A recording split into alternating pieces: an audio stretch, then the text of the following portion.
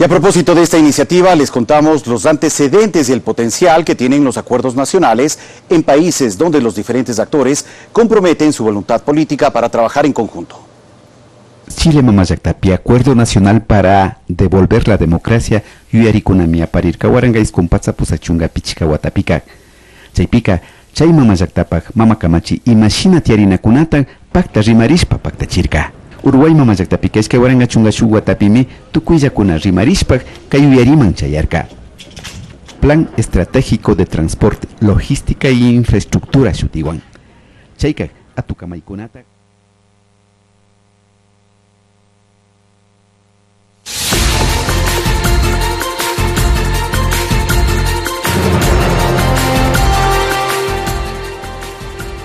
Bueno, más adelante tendremos esta nota, la que acaban de ver es en versión quichua, pero más adelante les presentaremos la nota correspondiente para este informativo. Y ya a esta hora se encuentra con nosotros Marcelo Espinel de la Fundación Ciudadanía y Desarrollo para hablar sobre el Acuerdo Nacional.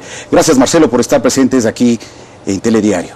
Fabricio, buenas noches y un saludo cordial a su distinguida audiencia. Muchas gracias, Marcelo. Bueno, ¿qué expectativas tienen ustedes sobre este llamado que ha hecho el gobierno nacional a distintos actores del sector privado, empresarios, representantes de la academia, ciudadanía en general, a participar en el Acuerdo Nacional Ecuador 2030? Bueno, las propuestas de diálogo siempre van a ser positivas dentro de una sociedad democrática, pero los diálogos no deben quedarse precisamente ahí, sino que tienen que pasar a acciones. Y esperamos que esta propuesta de diálogo del presidente de la República, este gran acuerdo nacional, se concrete en acciones claras, porque si no, lastimosamente será visto como un acto desesperado que únicamente buscaría legitimidad y que tal vez podría terminar minando la credibilidad del presidente. Esperamos realmente que estas 7 áreas de discusión en las que se espera, en las que se ha convocado a distintos sectores, den resultados, que realmente se escuche la ciudadanía y pues que podamos construir juntos el Ecuador que todos queremos. Claro que sí. Recordemos brevemente, para poner en contexto a la ciudadanía, cuáles son estos 7 ejes sobre los cuales se va a trabajar este Acuerdo Nacional Ecuador 2030.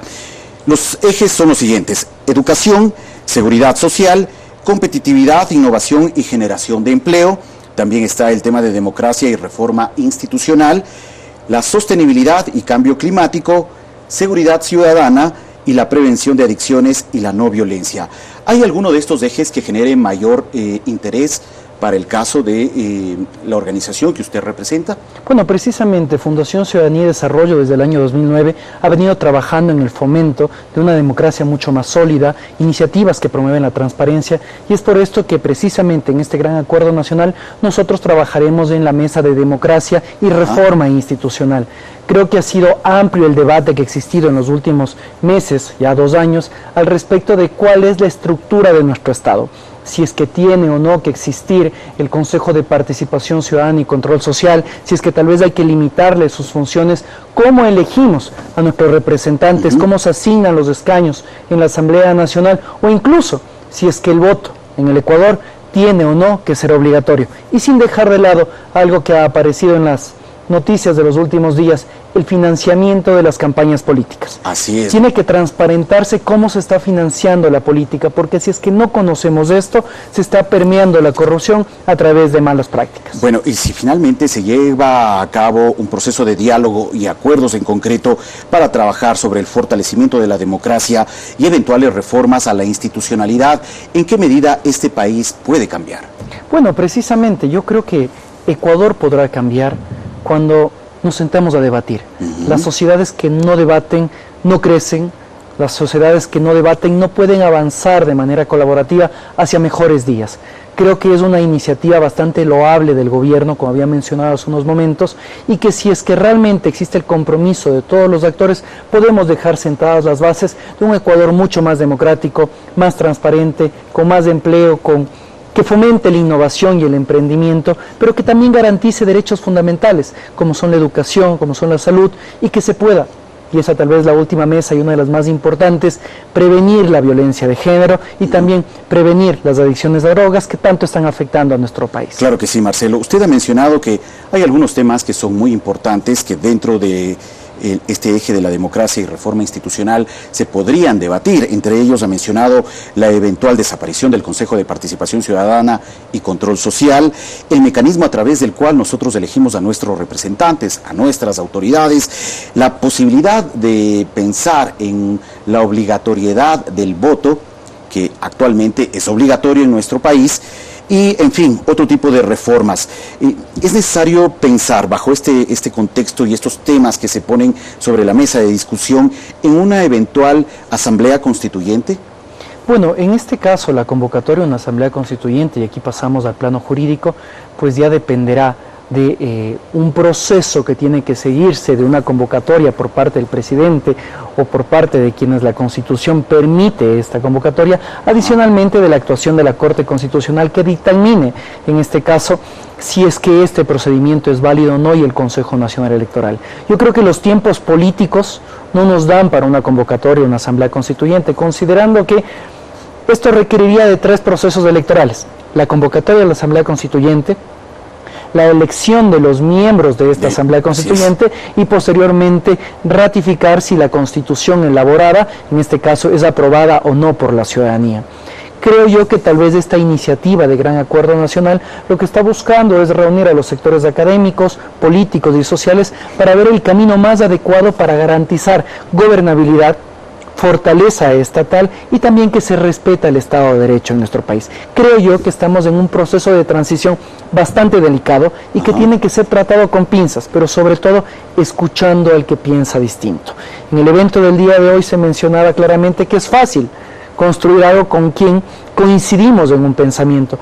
Lo difícil, el reto está en tratar de construir algo perecedero con quien en este caso tenemos un pensamiento divergente. Claro que sí, llegar y alcanzar acuerdos mínimos para dar paso a propuestas que finalmente logren enrumbar el desarrollo del país.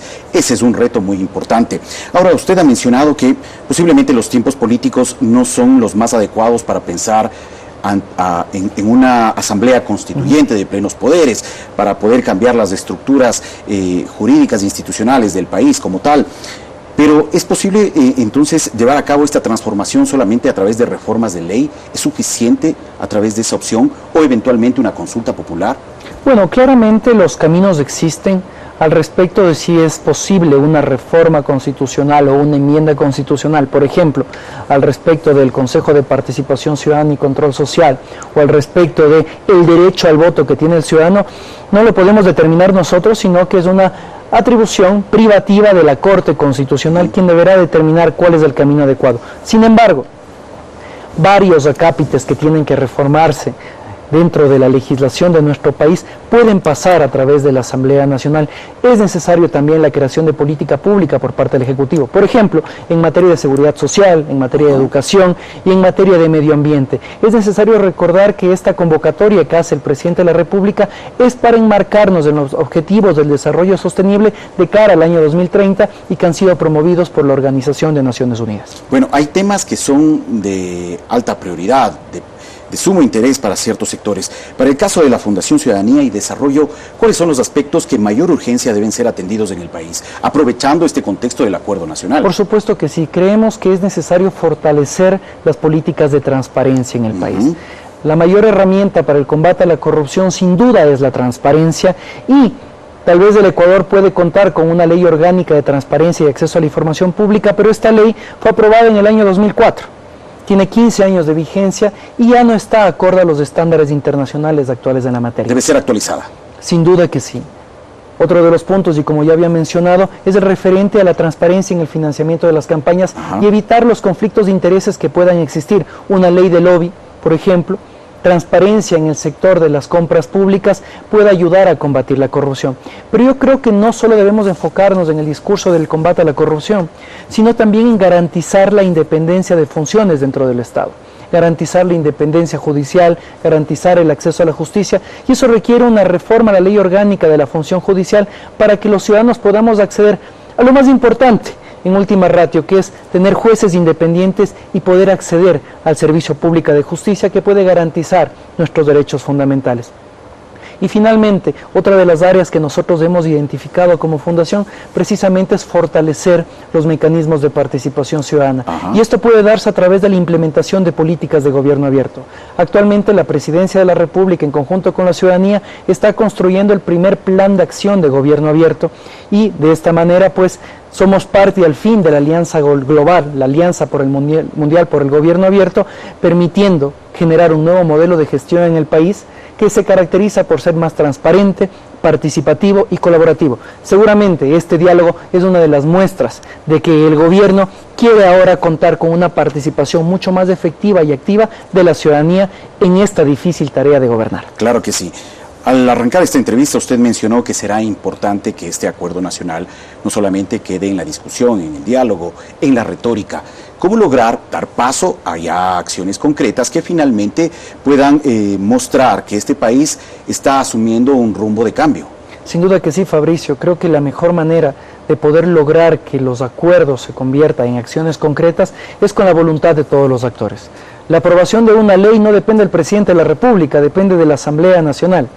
La designación transparente de una autoridad no depende únicamente de estos dos actores ya mencionados, dependerá de un Consejo de Participación Ciudadana y Control Social que se ajuste a las normas, así como también la administración de justicia eficiente requerirá de una función judicial que actúe de acuerdo a la normativa.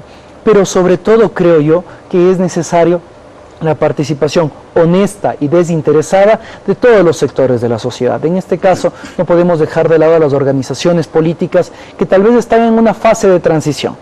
El último proceso electoral, en el cual existió casi 280 organizaciones políticas, más de 80.000 candidatos, creo que es un llamado de atención para los ecuatorianos, para tratar de que en las reformas al Código de la Democracia tengamos una democracia mucho más sólida, más estable y que garantice que para el año 2021 nuestros representantes respondan a los más altos intereses nacionales y no tal vez a intereses particulares que pueden aparecer en ese momento. Completamente de acuerdo. Ya para cerrar este espacio de entrevista, ¿cuál es el siguiente paso luego de que el presidente ha hecho esta convocatoria ya oficial a participar en el acuerdo? Bueno, para nosotros desde la sociedad civil estaremos atentos precisamente a la continuación de estas mesas de trabajo que ha convocado el Ejecutivo en este caso, para poder sentarnos de manera horizontal, sin jerarquías, eso es lo que esperamos, a tratar de discutir cuál es el camino que tiene que llevar a cabo nuestro país. Como mencionaba el vicepresidente el día de hoy, los ecuatorianos tal vez estamos de acuerdo en el destino del país. Todos queremos un país más transparente, más democrático, más equitativo para todos. Tal vez la discusión radica en cuál es el camino que tenemos que seguir y es necesario llegar a un consenso en ese camino precisamente. Muy bien, muchas gracias Marcelo por ofrecernos sus puntos de vista. Muchas gracias, agradecemos a Marcelo Espinel de la Fundación Ciudadanía y Desarrollo, una de las organizaciones que ha participado hoy en este llamamiento que ha hecho el Poder Ejecutivo, el Gobierno Nacional, a participar a los distintos sectores de la sociedad ecuatoriana en este gran acuerdo nacional Ecuador 2030.